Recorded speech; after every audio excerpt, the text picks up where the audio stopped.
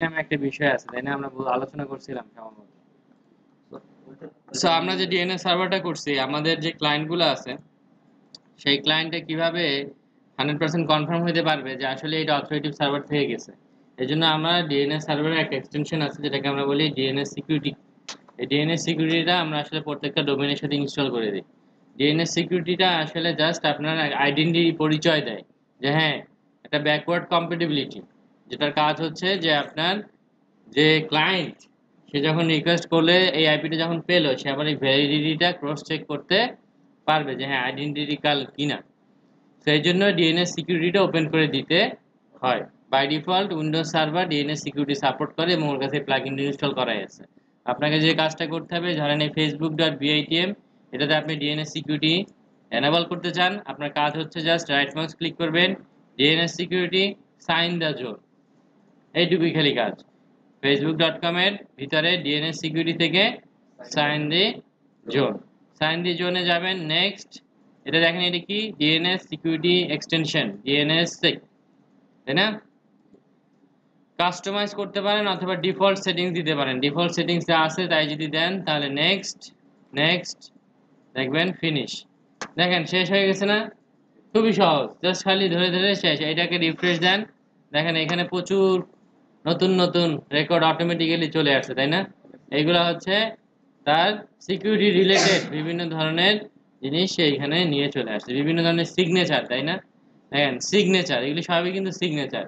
সেই সিগনেচারগুলো সে by default verify করবে কে? Client. তখন মাঝখানে যদি কেউ আপনার ডিএনএস পয়জনিংও করে, তাহলেও তখন আপনার কোনো সমস্যা হবে না। এর জন্য আমরা ডিএনএস সিকিউরিটি এনাবল করে রাখি। এটা আপনার আপনার কোনো কারিশমা নেই এখানে, আপনি জাস্ট জিনিসটা এনাবল করবেন আর কি, আর কিছুই না। আপনি যদি কাস্টমাইজ করতে চান, ধরেন আপনি যদি নিজে বলেন আমি সিকিউরিটিটা কাস্টমাইজ করব, দেন এখানে sign the zone, next, customize zone, তার মানে আপনি প্যারামিটারগুলা কিভাবে এনক্রিপ্টেড হবে ডাটা, সেগুলো আপনি বলে দিতে পারেন। এই সেই ক্ষেত্রে নেক্সট, ডিএনএস সার্ভারের কি মাস্টার কি হবে বলে দিতে হবে। কি মাস্টার হচ্ছে এই সার্ভারটাই, এই একমাত্র কি মাস্টার। নেক্সট, নেক্সট, আপনি কোন অ্যালগোরিদম ইউজ করবেন সেটা আপনি বলে দিবেন। অ্যাড, এখান থেকে একটা আপনি অ্যালগোরিদম চুজ করতে পারেন। যেমন এখানে অ্যালগোরিদম বাই ডিফল্ট অ্যালগোরিদম হচ্ছে ক্রিপ্টোগ্রাফিক অ্যালগোরিদম RSA 256। আপনি যদি মনে করেন যে না আমি এইটা দিব, তাহলে আপনি এটা চেঞ্জ করে দিবেন। আপনার বুঝতে হবে যে হ্যাঁ কোন অ্যালগোরিদমে কি কাজ করে, সেটা আপনার জানতে হবে যদি আপনি এরকম কাস্টমাইজেশন করতে চান আর কি। নেক্সট, নেক্সট, আবার জেএসকে এর জন্য আরেকটা ধরেন এটাই রাখলাম বাই ডিফল্ট অ্যাড। নেক্সট, এগুলি হচ্ছে জাস্ট ডিনায়াল অফ এক্সিস্টেন্স, কয়টা পরে সে ডিনায়াল অফ এক্সিস্টেন্স ক্রিয়েট করবে সেই জিনিসগুলো আপনাকে এখানে বলতে হবে। সল্টের লেন্থ, সল্ট হচ্ছে প্রত্যেকটা নেইমের একটা করে সল্ট থাকে, কি সেই কিটা এখানে 8 ডিজিটের একটা কি বলা আছে।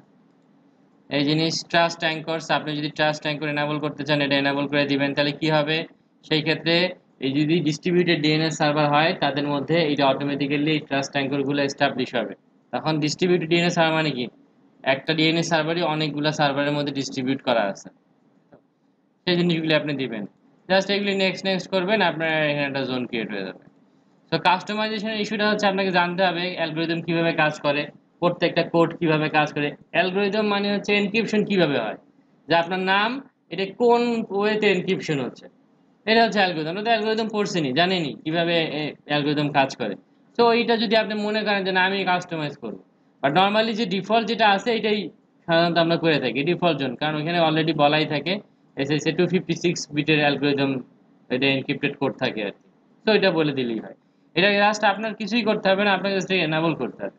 কিন্তু এইটা খুবই ইম্পর্টেন্ট, কারণ আপনি যদি অথরিটেটিভ নেম সার্ভার ইউজ করেন, তাহলে আপনার এইটাকে যেন কেউ পয়জনিং করতে না পারে, আপনারটা যেন কোনোভাবে পয়জনাস না হয়, এই জন্য এই ডিএনএস সিকিউরিটিটা এনাবল করতে হয়। বাই ডিফল্ট ডিএনএস সার্ভার কিন্তু সিকিউর না, ঠিক আছে? সিকিউর না। এবং আরেকটা ইম্পর্টেন্ট বিষয়, এইটাতে কিন্তু যে ডাটা যাবে সে কিন্তু কোনোভাবে এনক্রিপ্টেড হবে না, আইডেন্টিটিটা এনক্রিপ্টেড হচ্ছে। যে ধরনের ফ্লো, সেই ফ্লো কিন্তু নর্মাল ফ্লোই হবে। 53 পোর্টের যে ফ্লো আছে ইউডিপি কানেকশন না, এটা সেই ইউডিপি দিয়ে কিন্তু যাবে সে, কিন্তু আইডেন্টিটিটা এখানে এনক্রিপ্টেড হবে, ক্রস চেক করতে পারবেন আর কি। ক্লায়েন্ট ব্রাউজারে আইডেন্টিটি ক্রস চেক করতে পারবে, হ্যাঁ ঠিক জায়গা থেকেই কি আইপি পাইছিলাম, যার সাথে আমি আসলে কানেকশন করেছি এটা কি ঠিক জায়গায় ছিল, এই জিনিসটা আর কি। ক্লায়েন্টের যে রিজলভার সেই সার্ভারটা চেক করতে পারবে। আমরা দেখছি না ক্লায়েন্টে কি করে, ক্লায়েন্ট একটা ইটিউটিভ রিকোয়েস্ট পাঠায় না, ক্লায়েন্ট যে ইটিউটিভ রিকোয়েস্টটা পাঠাইলো সার্ভারকে, সার্ভার কি করলো, জাস্ট তাকে আবার ফেরত দিয়ে দিল। সার্ভার তো প্রচুর রিকার্সিভ রিকোয়েস্ট করছে তাই না, প্রচুর রিকার্সিভ রিকোয়েস্ট করছে, কিন্তু ক্লায়েন্ট তো একটাই রিকোয়েস্ট করছে ইটিউটিভ রিকোয়েস্ট। তাহলে এখন ক্লায়েন্ট যে রিকোয়েস্ট করছে ওকে যে ঠিক আইপি দিছে, এটার তো ক্লায়েন্টের জানার কোনো পদ্ধতি নেই। কিন্তু যদি এরকম সিকিউরিটি কি এনাবল করা থাকে তাহলে সে আবার এই কি দিয়ে ওই আইপির সাথে ভ্যালিডেট করতে পারবে।